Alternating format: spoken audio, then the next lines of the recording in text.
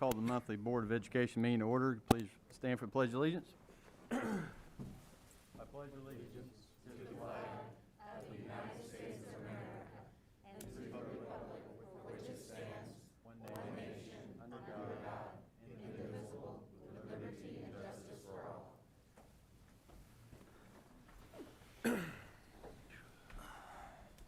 I have a motion to adopt the agenda. President, I'll make that motion. Mr. Quinn makes a motion. Do I have a second? Second. Mr. Darian, second. All in favor, show of hands. 7-0, motion carries. Citizen statements. Dr. Henry. Yes, we had 3 approved for statements this evening. I believe you have a copy of those back there. I don't have it with me, so. Okay, I believe that Mrs. Narug was first. I'm not sure. Okay. Yeah, Ms. Nareg, you can come on up.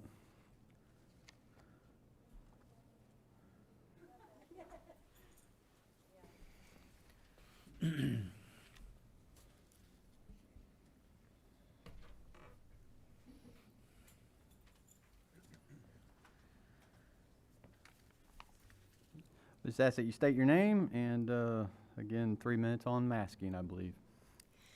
My name is Adrienne Narug.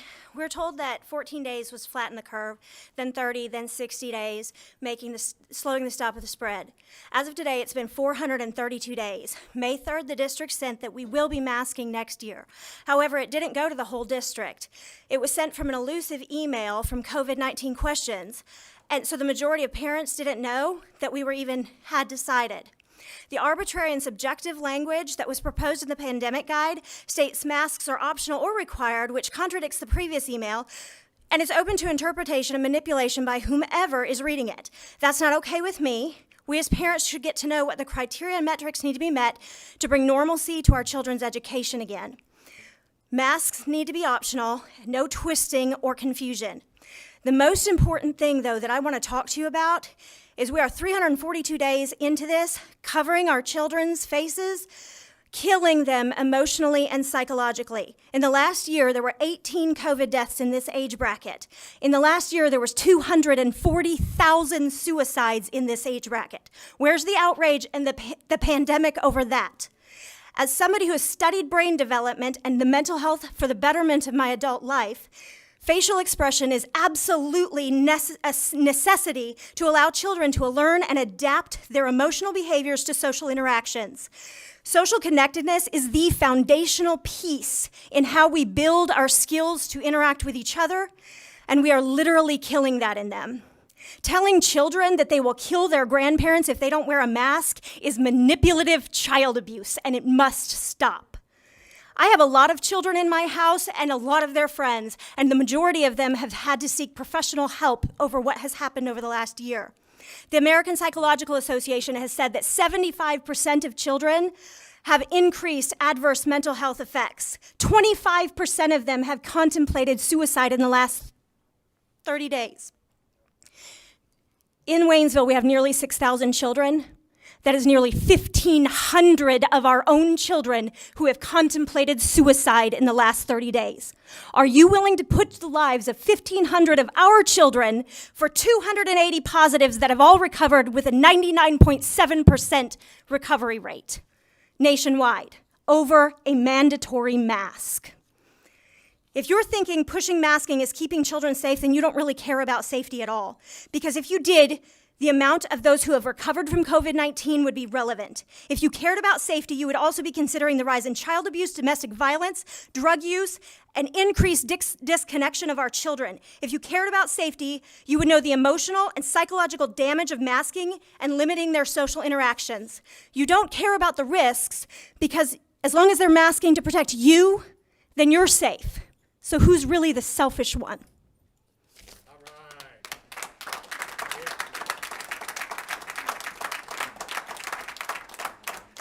Yeah, Mr. Vila. All right. Mr. Vila?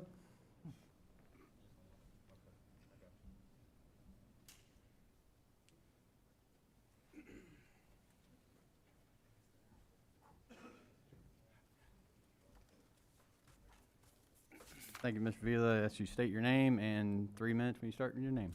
My name is Nicholas Vela. I've been a part of this community since early 2003. I'm a parent of a Waynesville student and an active voter. My question to you, school board, is why? Why are kids still wearing masks? Why are these masks mandatory? Why is Waynesville School District the only school within a 100-mile radius still making it mandatory to wear a mask, and not just right now, but as a topic for next year? What are we all waiting for to remove these masks? What are the benchmarks that need to be reached to remove these masks? Excuse me. Excuse me. All right, here we go. So Dr. Fauci in 2020 stated there's no reason to be walking around with masks. Wearing a mask might make people feel a little bit better, and it might even block a droplet, but it's not providing the perfect protection that people think it is. And often there are unintended consequences. Though the stance has since changed, the consequences have not. That's what we're here to discuss. There are huge consequences from wearing these masks, from mental health to physical health and emotional health. Take the mask off. When you have hundreds of kids that attend the Waynesville School District from pre-K and up, actively playing in sports from soccer, football, wrestling, basketball, baseball, softball, you name it, they're playing it without masks. Against 1 to up to 21 other players on the field at any time, yet are forced to wear a mask for 8 hours to sit in a chair, some more because they ride the bus. Honestly, what are these buildings protecting from? I have attended several sporting events here on the Waynesville school grounds where kids are not wearing masks. These kids running next to each other, wrestling each other, blocking each other, facing each other, breathing heavily on each other with no mask and yet no outbreaks. These walls are no protective force field. Take the mask off. How enforced are these masks? When was the last time anybody in the Waynesville School District checked these kids' masks? Were they clean? Were they checked for sanitation? Were they checked for being changed every day? How many? Many times the masks are picked up off the floor or center console or the table without being sterilized or cleaned. Even students attending the school right now are being told, just bring the mask down to your chin and eat or run or do anything physical, making the purpose of said mask pointless. Now with the Waynesville School District making these masks mandatory, when's Waynesville School District going to start paying for these masks?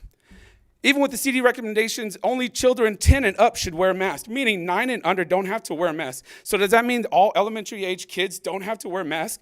As of recent, the age to get vaccinated was 12 years old. So we're making the whole school district wear masks for a 2-year age gap?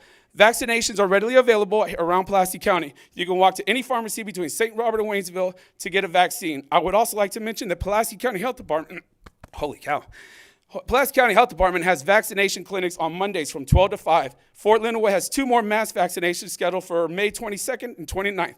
So if it's the vaccine you're waiting on, it's here and readily available for those who want it. Take the mask off. In closing, the school district has taken away our rights as parents to parent our children in order for them to attend the school. It's up to you as a school board to give us parents/voters that right back. Let the kids have the choice to wear the mask. Don't force them. Let the rest of them breathe. Let the kids be kids. Take the mask off. We, the voters, are watching.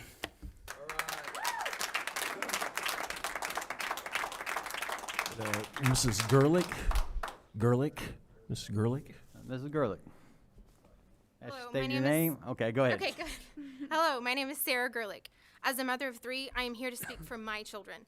I'm a strong believer in parent choice. As a parent, we know what is best for our children. We protect and keep them safe each and every day. I respect a family's decision for wearing or not wearing a mask. This is why the mask policy needs to be optional for children next school year. Many districts within our state and our county have made them optional, and I believe it's time for our district to do the same.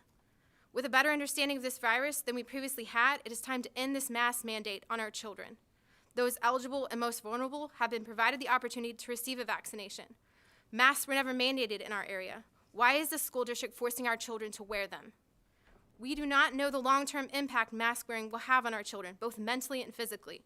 However, it's a fact that covering a child's face can potentially obstruct both verbal and nonverbal communication, therefore impacting their language development and their social skills. We send our children to school in person to develop these skills. I am here as a concerned parent who is invested in my child's well-being. Having my child switch to virtual learning is not an option. I do not want to encourage my child to isolate from others. After observing the emotional distress virtual learning caused my child, it would be detrimental to her health to continue. It was also our experience the quality of education she received during virtual learning was less than ideal for her future education. Our children, I fully understand base schools are a part of our district. That being said, the base follows different rules and regulations than out in town. For example, for those who lived in base up until May 1st, were required to submit for approval to have guests in their homes. This was obviously not the case for out in town. Unfortunately, children attending school on base will be required to wear masks no matter if the school board votes to make masking optional for our children within our district, due to the fact that the school is on federal property. I understand a task force was created to review the pandemic guide. As parents, we should have been a part of this. As a school board, you are here as our elected officials to stand in our place on that task force. Please reject the pandemic guide as it stands and make mask wearing an option to attend school. Allow our children to enjoy their childhood to their fullest. Be their voice. Stand up for them. Give them the choice. Give them the option to remove their masks. Thank you.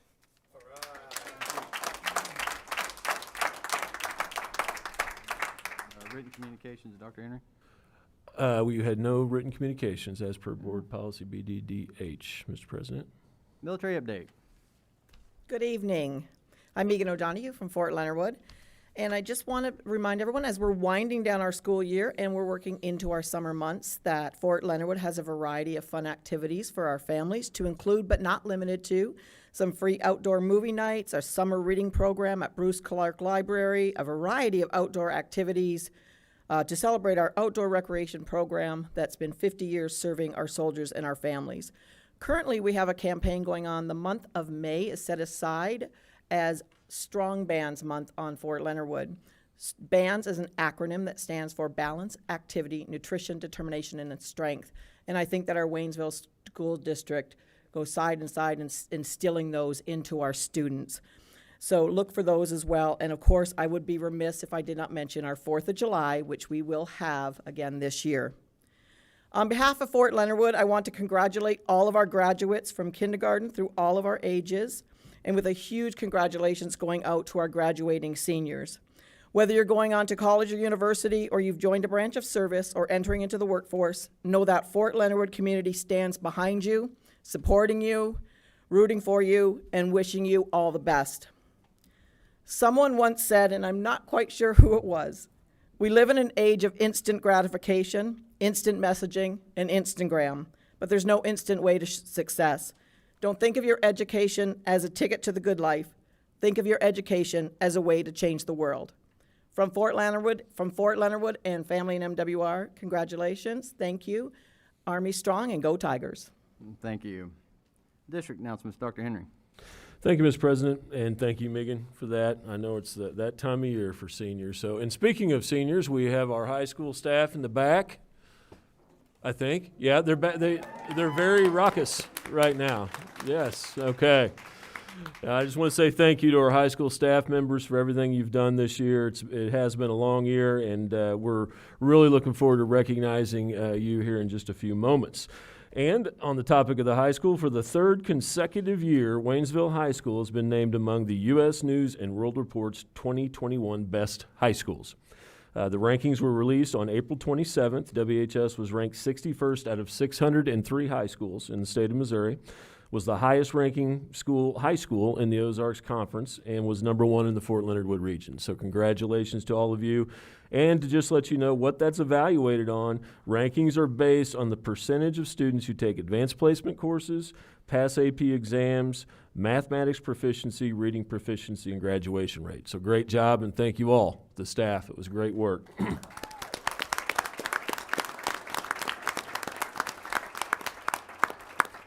Online kindergarten registration for the 2021-2022 school year is open and linked to the information on our website. Registration for new students to the district in grades 1 through 12 will open on June 1st. Existing students or returning will automatically be enrolled for the upcoming school year. The district will launch its District Art Show online this year, and we also have some products in the library as well. And the link will be put out on the district's main website and Facebook pages on Tuesday. Honors Night for the seniors is scheduled for 7 p.m. tomorrow evening, Tuesday, May 18th at WHS Gym. It will be in person with COVID precautions in place, and I want to thank our community for their generous support. Tickets are required for graduation, which is scheduled to be held at 7:30 p.m. on Friday, May 21st, weather permitting. We have 3 other options: outside at 7:30 on Saturday, or outside at 2 p.m. on Sunday, or if all else fails, inside at 2 p.m. on Sunday. And then the last day of school for students in grades K through 11 will be Thursday, May 27th. May 27th will be a half day of school. And I'm so proud to say that 9 of 11 of our schools have been in the seated classroom every single day this school year. Seated summer school will be held on June 3rd through June 30th, and the Waynesville Career Center will have 14 students competing virtually in the Nationals for Skillsusa in June. That's all I have. All right. Consent agenda items. Do I have a motion to approve consent agenda items A through H? Ms. Ponder makes a motion. Do I have a second? Second. Mr. Quinn, second. All in favor, show of hands. 7-0, motion carries. Student recognitions, all-state speech and debate. Dr. Atkins.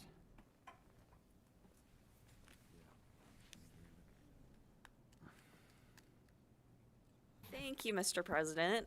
Tonight, we have quite a few student recognitions that we'll be doing, which is really exciting. They've all been working so hard throughout the year, so it is nice to be able to have them here and recognize them for their accomplishments. So, in March, the speech and debate team participated in the Misha District 6 Speech and Debate Tournament. 3 students scored second place or higher and advanced to the state speech and debate tournament. The speech and debate team is coached by Mr. Patrick Brooks and Mrs. Kaylin Davis. So when I call student names, if you'll come up, and I will give you your certificate, and then we'll go over there for a photo. First, we have Mallory Goodwin. Mallory took first in 2 different events, in the United States Extemporaneous Speaking and in the Lincoln Douglas debate event. Is Mallory here with us? And then in the public forum debate, we had Adam Freed and Aiden Ellifson, and they took second place and are going to the state event. Are they with us? Okay, well, I think they were not able to make it with us tonight, so. All right. Well, congratulations to them. All-state basketball, Coach Matlock.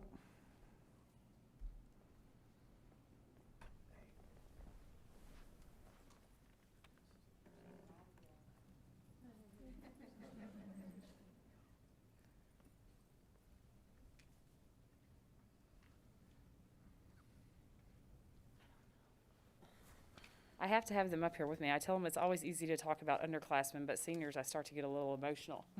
Nadia will be happy to know I wrote it down this time, so I won't get too bad. Nadia and Chambray have been in our program since middle school. I'm so proud of them and have enjoyed watching them grow into awesome young ladies. I know the best is yet to come. Nadia was selected as All-State for the 2nd year in a row. She has been All-Conference and All-District. She was even nominated for a McDonald's All-American. She finishes her Lady Tiger career with 1,399 points, 250 assists, 400 rebounds, and over 200 steals. She will be attending Grand Canyon University for basketball. Congratulations.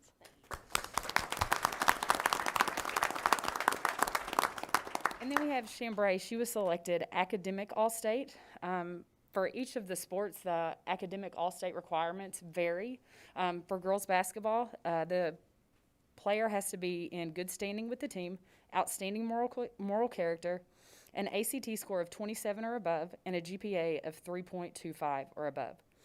Chambray is always in good standing. She's been a 6th man for us. She's been a starter. She's been a leader, and it's been a pleasure to coach her. Outstanding moral character. She is a young lady with high character. Her ACT score was 33, and her GPA is a 4.2. Chambray will attend Missouri S&T and wants to major in chemical engineering and Spanish. So, congratulations, Chambray.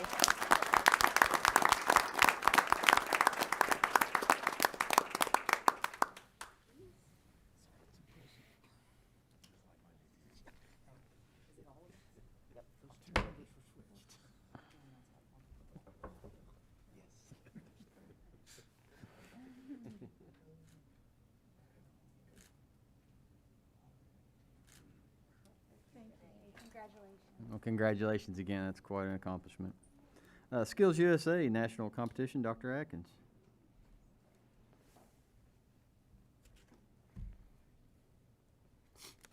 Thank you, Mr. President. Each year, students at our Career Center participate in Skillsusa competitions. These are state-level competitions where they can showcase the skills that they've learned at our Career Center. So we were very excited that they were able to have the state competition this year, and then we did have some students who qualified for the national competition. So in order to qualify for nationals, you have to take first in that state level competition. And Dr. Pattison, our Waynesville Career Center director, is gonna help me out here and call them up so that I can give them their certificates.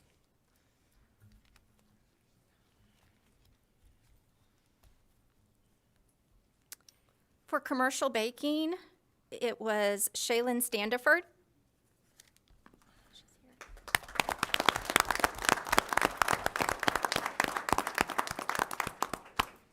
Broadcast news is a team event, so we have Truman Trower, Zoe Kennedy, Chris Moore, Tessa Scott, and Colin Cimentel Brummett.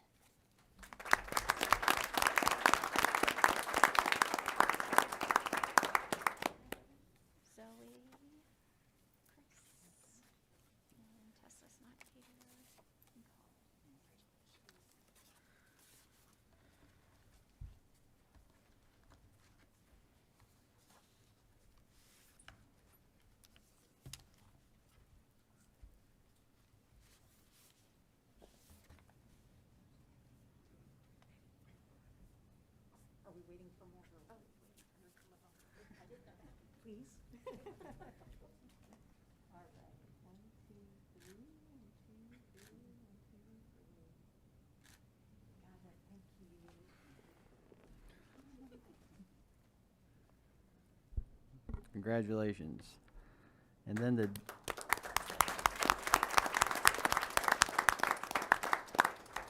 Deca International Competition, Dr. Atkins. Thank you, Mr. President. Deca is a student organization for career and technical education students, and earlier in the spring, our students participated in the state level competition, and we had several students who qualified for the international competition. And so, actually, I will call their names if you want to hand them their certificate, or I'll let you call names and I'll hand certificates. Okay. This group of students have actually already competed in the international competition. It was a virtual competition held a few weeks ago, so I do not believe we have results yet. No results yet. So these are the students that competed. Anthony Esquera placed third at district or at state competition.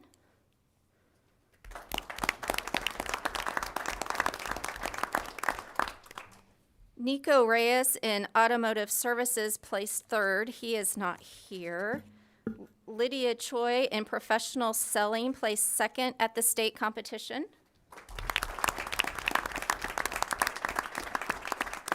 Isabella Emodio in Professional Selling placed first at the state competition.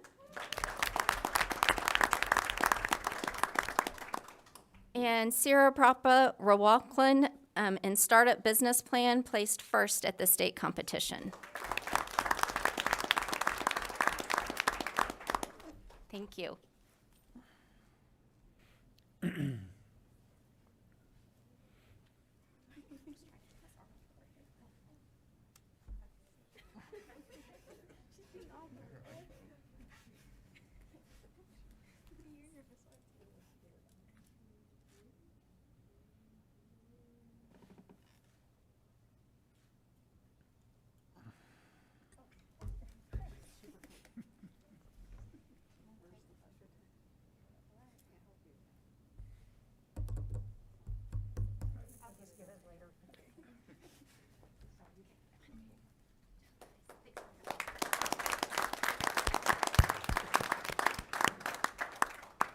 Give a big round of applause for all of our students tonight. Do fantastic things here.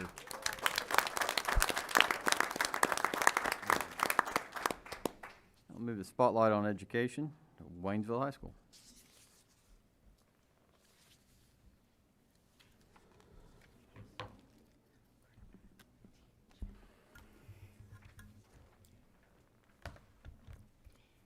Thank you, Mr. President. The first spotlight that we'd like to do is on one of my foreign language teachers. Mr. Binion is a dedicated teacher in the high school. He wears many different hats, though, as well. First, in the classroom, he makes every child feel welcome. He has an inviting atmosphere in the classroom. He connects with students outside his classroom as well, whether it's a logo on a t-shirt, whether it's the type of shoes they're wearing, whether it's a band instrument. He will stop, engage the student, and talk to that student to make them feel more comfortable, more welcome here in the high school. You can easily see that he is one of the teachers that really goes the extra mile to develop that relationship with the kids, even through, material things that we find challenging every single day. He uses that connection to really make that relationship and push the educational boundaries within his classroom. Recently, Mr. Binion is also taking over several other projects, such as in the high school, the 3D printer, something that a lot of us really have trouble with and struggle with technology and things of that nature. He seemed to just flow right into that. It's come in handy in the high school.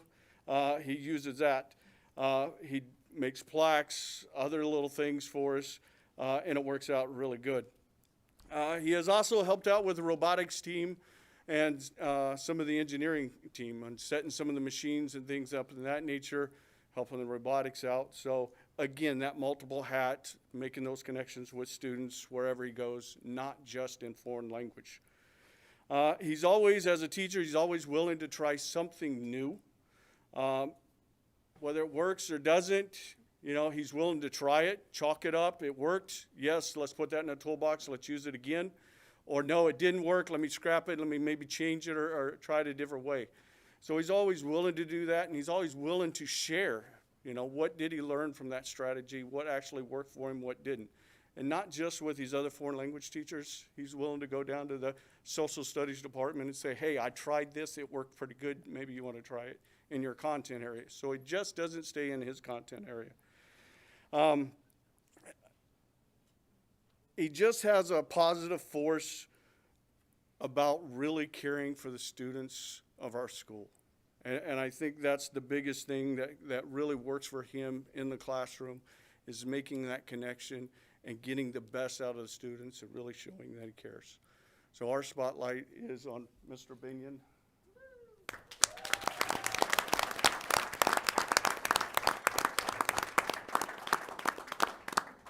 Mr. Cook, I'm not sure if you're aware, but he makes a fine cantaloupe punch. And I probably got it wrong. I didn't want to get into the food thing. Yeah. He gets that connection. I had it at the football game, and I was scared of it, but it was very good.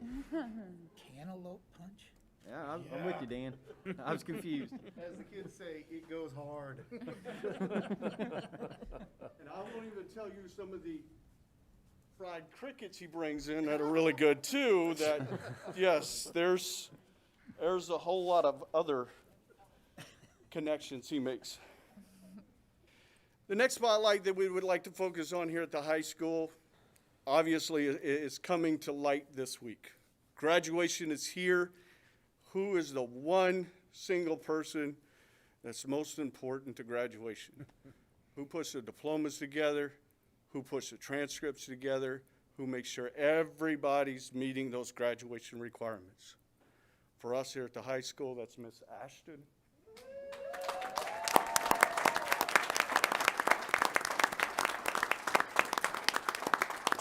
This year, Miss Ashton has learned a new computer program, taught us all.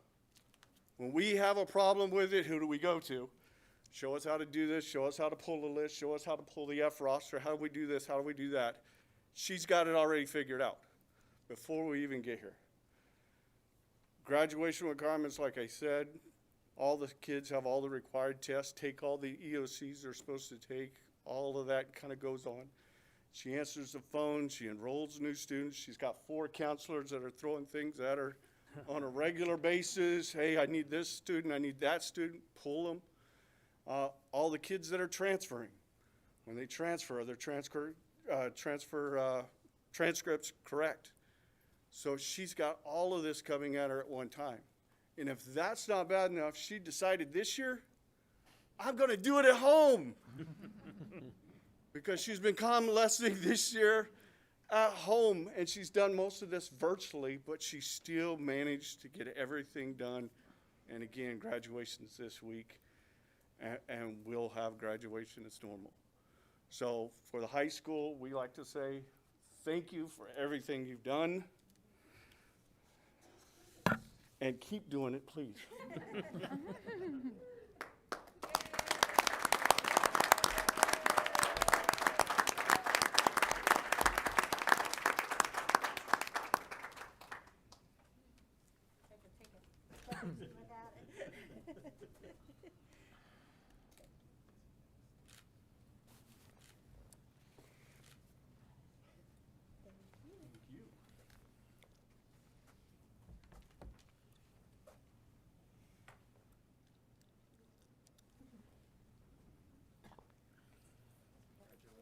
I know.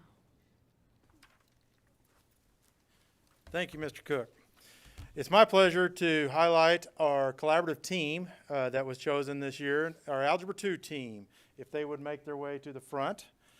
Our Algebra 2 team throughout this year has demonstrated a commitment to the PLC process, and the result has shown a tremendous amount of growth in students' learning and reducing the COVID-19 gap. The team has worked tirelessly and communicate, analyze, and monitor their student data in a timely manner. This dedication has enabled the team to identify the most effective instructional strategies that have the greatest impact on student learning and implementation of those intervention strategies. They've targeted ongoing team discussions over improving student learning that extended beyond the Wednesday morning PLC. This team has consistently creates, implements, and shares systems of intervention and extends those to provide students with additional time and support. At the beginning of the year, this team met after school to collaboratively grade summative assessments to make sure that they were calibrated and the team grading and ensure consistency and fairness when they were each grading individually. On March 24th, their summative assessment data reported a 68% on Algebra 2 students. Only 68% of their kids were advanced and proficient. On standard A2, IFA, identify and interpret key characteristics of functions represented graphically with tables and with algebraic symbolism to solve problems. That's a lot. To intervene, the team implemented 5-minute skills drills, which consists of 4 focused skills practices during class during the course of 4 days. Each skill drill focused on a common error that they saw in the summative. The team reassessed this strategy. Proficiency increased up to 81.98%, well over the 75% threshold. I'm honored to recognize the WHS Algebra 2 team for their dedication in helping all students achieve at high levels and modeling the PLC process for the rest of WHS.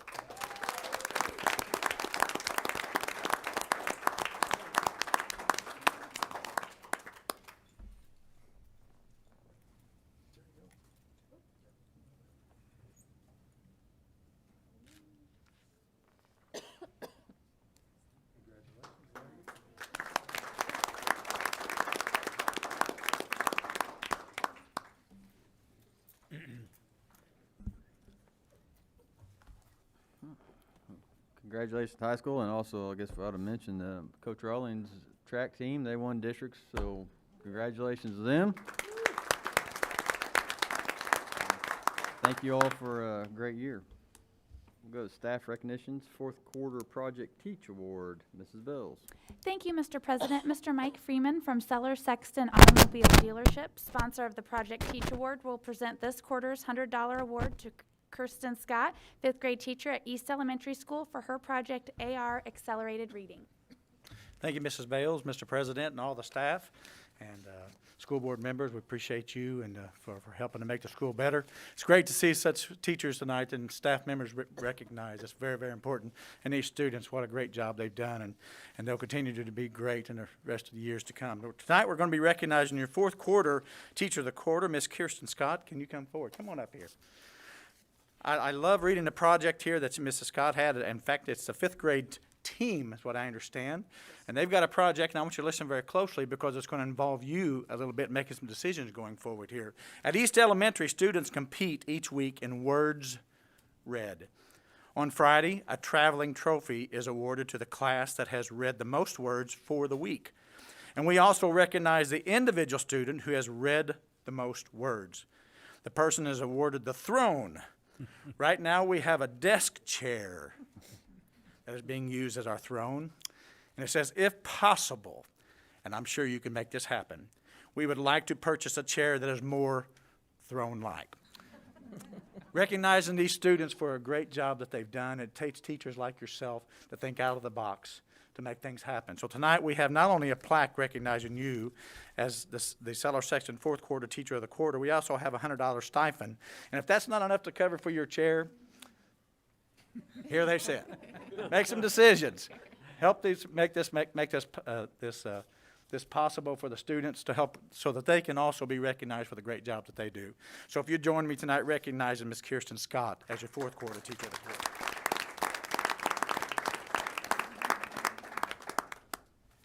This is something I've been working on for several years, and every year my chair gets a little better, so I'm hoping, in my mind, I'm seeing a Game of Thrones, I don't know, but it should be very exciting. The kids work really hard for such small things, so I'm looking forward to it. Excellent. Thank you, thank you. Thank you. Thank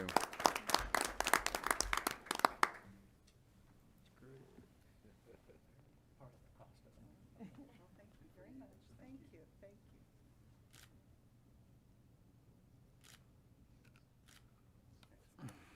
you very much. Congratulations again, and Mike, thank you again. Blink your eye, we'll be here for the first semester. Transportation Employee of the Month, Mrs. Bells. Thank you, Mr. President.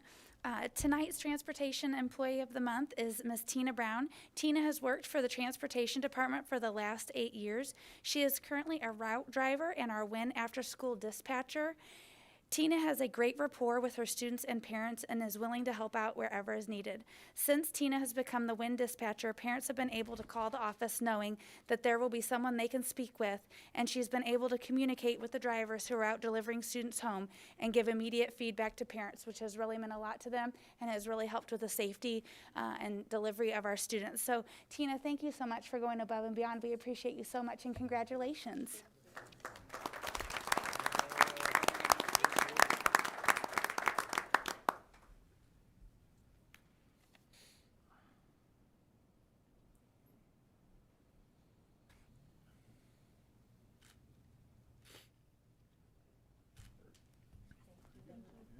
Congratulations again. Community recognitions, Ms. Bells. Thank you, Mr. President. It is my pleasure to recognize Cellar Sexton Auto Group, and if I could bring Mr. Mike Freeman up here. Cellar Sexton Auto Group sponsors our Project Teach Award, does Drive One for Your School, and does the $25 donation for every touchdown the football team makes, just to name a few things of how they support our school district. Their unwavering support, their positivity is such a partnership, and we are so blessed, and thank you so much for your continued partnership. We are so thankful. Well, Congratulations. Thank you. Appreciate that.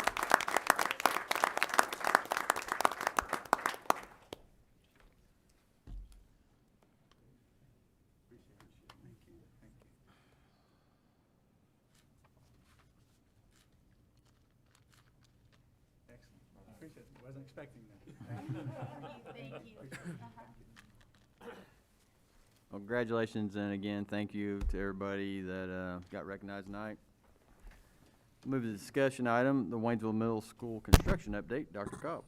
Thank you, Mr. President. The Waynesville School District received the occupancy permit today from the City of Waynesville on Bell's Construction. The custodians and maintenance crews have begun preparing the floors. We anticipate that it takes about 3 weeks for floors to get done, and then we'll begin moving furniture into the building. DHA or myself will be presenting the final pictures next month at the June board meeting. Thank you. Capital improvements and facilities update. Dr. Cobb.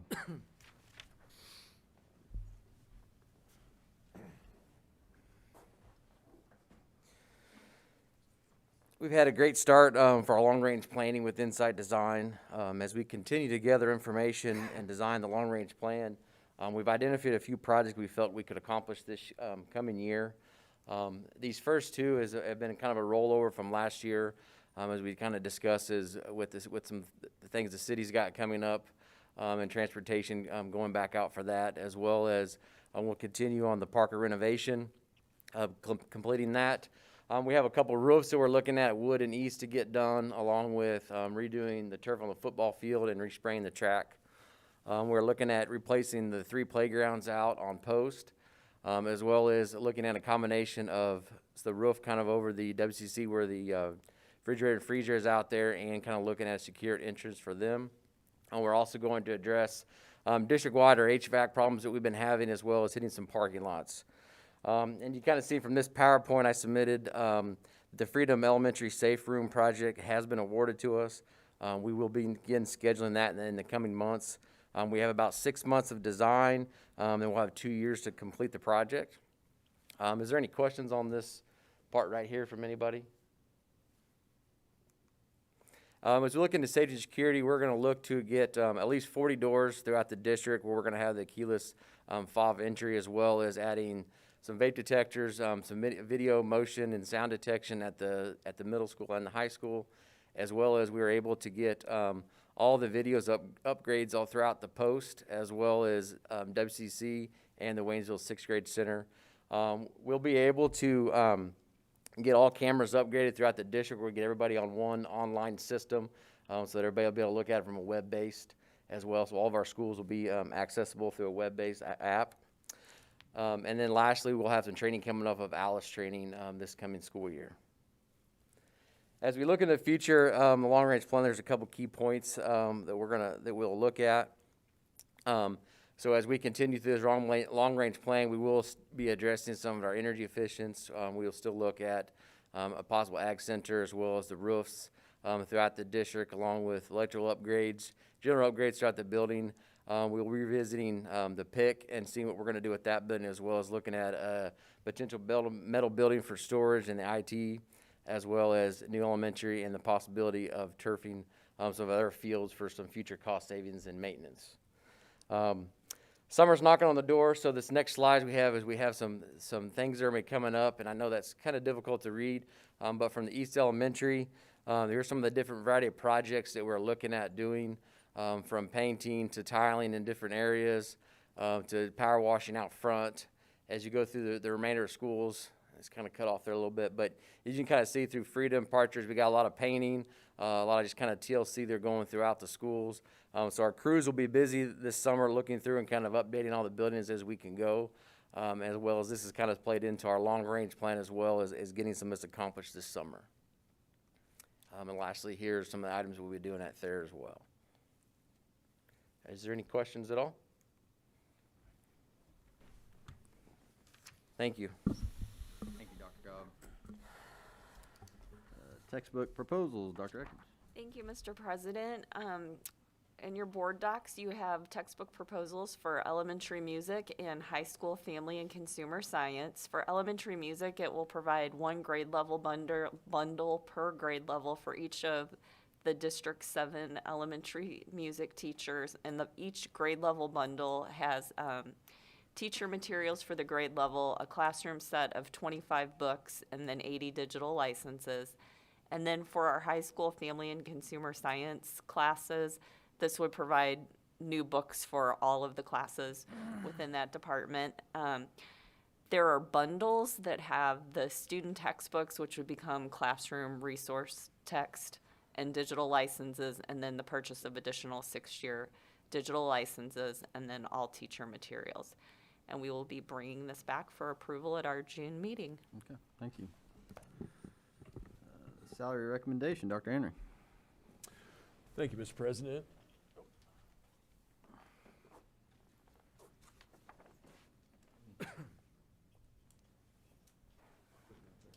Yes, sir. Well, these are the exact same slides you had last month. So, and thank goodness they are. But you can tell here, stimulus has been helpful. We talked about that and being able to look at what we can recommend for our teachers. And we're looking at a higher increase than what we had initially anticipated. So you see there on this slide the request for you to consider tonight. One is to add 2% to the current base salary figure. The next would be to increase the multiplier in the salary columns on MS plus 16 to 0.04 MS plus 24 to 0.03, and then the specialist/doctorate column to 0.025. In addition, we would allow movement on the salary schedule and raise the hourly rate for SOS to $37.50. Now, if you see from the classified perspective, it's an increase in base rate of 1.5% on the classified schedule. I will remind you that we are number one in all of our comparisons regionally in the classified salary area, with the exception of 2 in bus driver, and we're addressing those in those next 2 bullet points. You have increase 1 through 6 year bus aides to $12 per hour, increase activity bus driver to $12 per hour. Overall cost, as you can see here on this slide, and again, this is going to be an approximate cost depending on how many folks stay, leave, what part they are on the salary schedule, all that good stuff. But estimated $1.67,488,000 or $488.29, and then classified $342,000. So, be happy to answer any questions you have on that recommendation. Do I have a motion to approve the salary recommendation? I'll make a motion. I have a second. Mr. Harden makes a motion. Do I have a second? Mr. Ponder, second. All in favor, show of hands. 7-0, motion carries. Revisions to the 2021-22 staffing plan, Mrs. Bills. Thank you, Mr. President. The administration recommends the following revisions to the 21-22 staffing plan. Delete technology integration specialist at East and add instructional tech East. This is due to a job description change, and as we have new techs that take positions, because we now partner with K-12 ITC, they don't get as many contracted days, and so that's the difference in the language. Any other comments or questions? Do I have a motion? So moved. Dr. Farr makes a motion. Mr. Ponder seconds. All in favor, show of hands. 7-0, motion carries. Municipal bond underwriting agreement with LJ Hart. Thank you, Mr. President. We have 2 action items here on the agenda tonight related to the refinancing of our lease certificates. The first action item here, we're looking for approval of the bond underwriting agreement with LJ Hart and Company. Are there any comments or questions? Do I have a motion? So moved. Dr. Farr makes a motion. Do I have a second? Mr. Deering, second. All in favor, show of hands. 7-0, motion carries. Mr. Harrison. Thank you, Mr. President. This one actually is looking for a recommendation to approve the reauthorizing of the lease refunding certificate, saving the district approximately $369,000.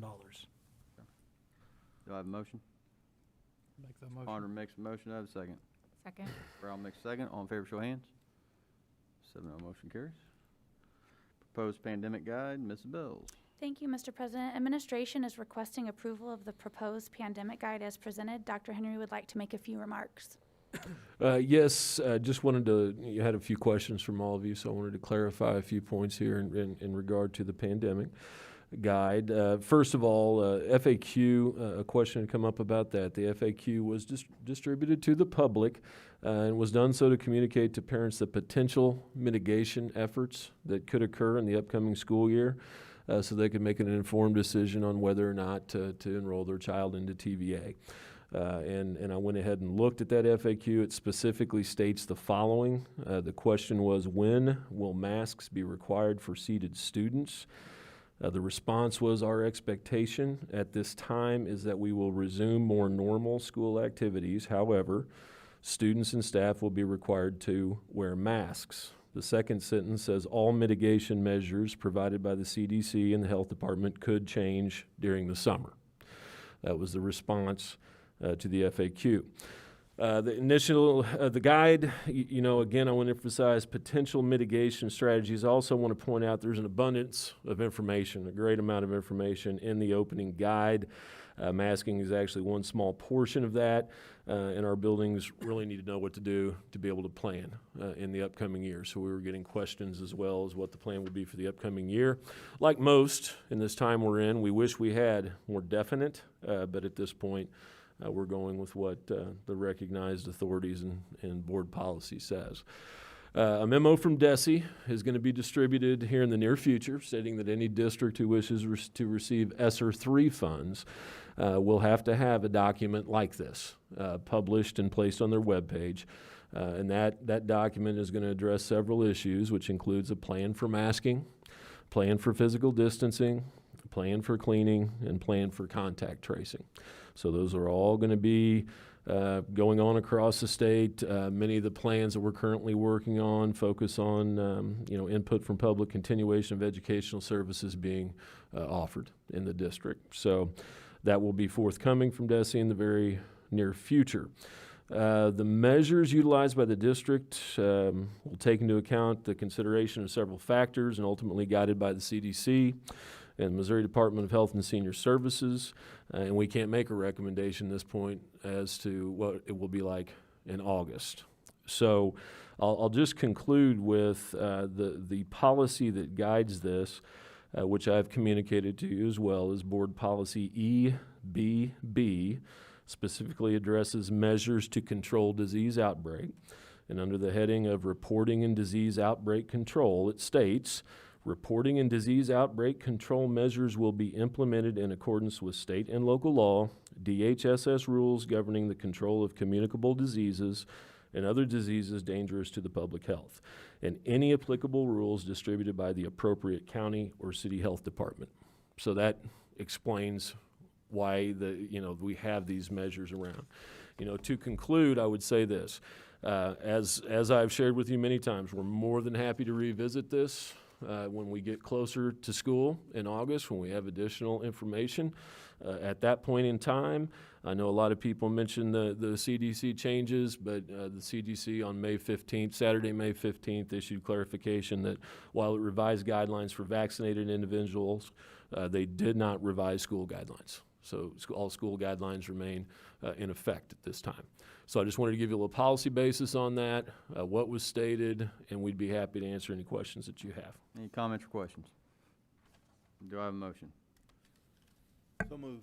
Dr. Ford makes a motion. Do I have a second? Got a second? All in favor, show of hands. 7-0, motion carries.